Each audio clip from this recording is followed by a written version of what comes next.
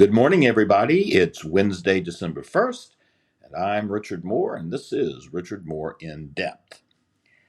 I talk a lot about the pressing need to stand up against authoritarianism as a first priority, and I'm going to do so again today in the context of a new book I think everybody should read. First, though, why is the fight against authoritarianism the core battle? Why do I consider it so important? Well, here's how Tucker Carlson put it on his Fox show on October 8th. Quote, "The people in charge are intent on replacing our free democratic system with an authoritarian system where they don't convince you of anything.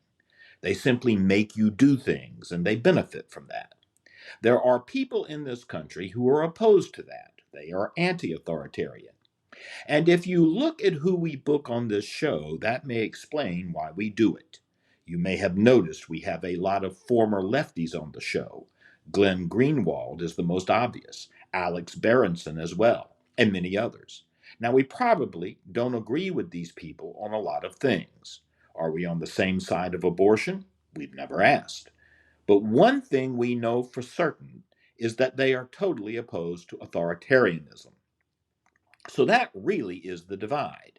There are people who are for an authoritarian America and those who are for a free America. It's that simple.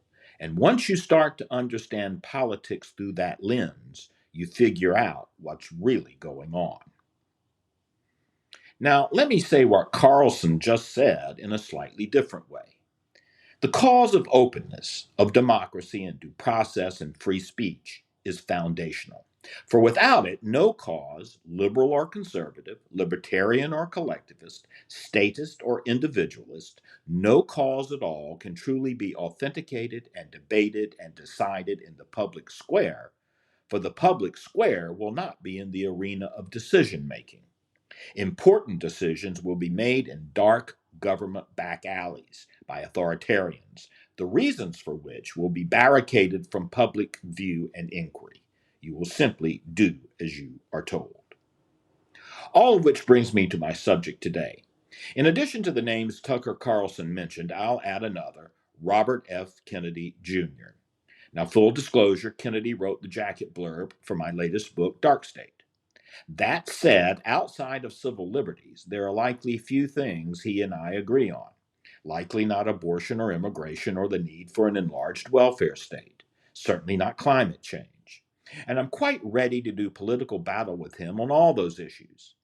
But right now, it matters not where he stands on those issues, because he's an important ally in the fight for our democracy.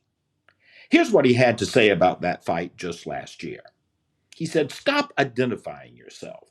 The enemy is big tech, big data, big oil, big pharma, the medical cartel, the government totalitarian elements that are trying to oppress us, that are trying to rob us of our liberties, of our democracy, of our freedom of thought, of our freedom of expression, of our freedom of assembly, and all of the freedoms that give dignity to humanity." That was last October. Now, Kennedy has just released a very important book, The Real Anthony Fauci, Bill Gates, Big Pharma, and the Global War on Democracy and Public Health. As of last week, it was number one on the Amazon bestseller list, and if you are interested, you can order it there. I read it, and it's compelling, the case he makes against Tony Fauci and Bill Gates and Big Pharma. Here's how Kennedy's publishers described the book. Over his 50-year career as a government bureaucrat, Dr. Fauci has consistently served the interests of himself, Big Pharma, and the military, while failing the American public. Through painstaking and meticulous research, this book unearths facts about Dr. Fauci that should alarm every American who cares about this country and the future our children will inherit. This book reveals how Fauci failed dismally over his 50-year career with the National Institute for Allergy and Infectious Diseases to address the cause, prevention, and cures for the exploding epidemic of allergies and chronic disease. Among other things, the description states, it describes how Fauci sabotaged safe and effective off-patent therapeutic treatments for AIDS, how he violated federal laws to allow his pharma partners partners to use impoverished and dark-skinned children as lab rats in deadly experiments with toxic AIDS and cancer chemotherapies. How he will personally profit from sales of Moderna's COVID vaccine, co-developed by Moderna and the National Institute itself. How he promotes agency capture, the subversion of democracy and public health by the drug industry, and how he partnered with the Pentagon to approve taxpayer-funded gain-of-function experiments to breed pandemic superbugs in poorly regulated labs in Wuhan, China, and elsewhere, under conditions that almost certainly guaranteed the escape of weaponized microbes like SARS-CoV-2. Among other things, Kennedy shows how Fauci spends almost all of his entire $7.7 billion budget. Imagine that, $7.7 billion, developing new drugs for pharmaceutical companies and doing bioweapons research for the Pentagon and the military industrial complex. $1.6 billion of that going to weapons development and bioweapons research.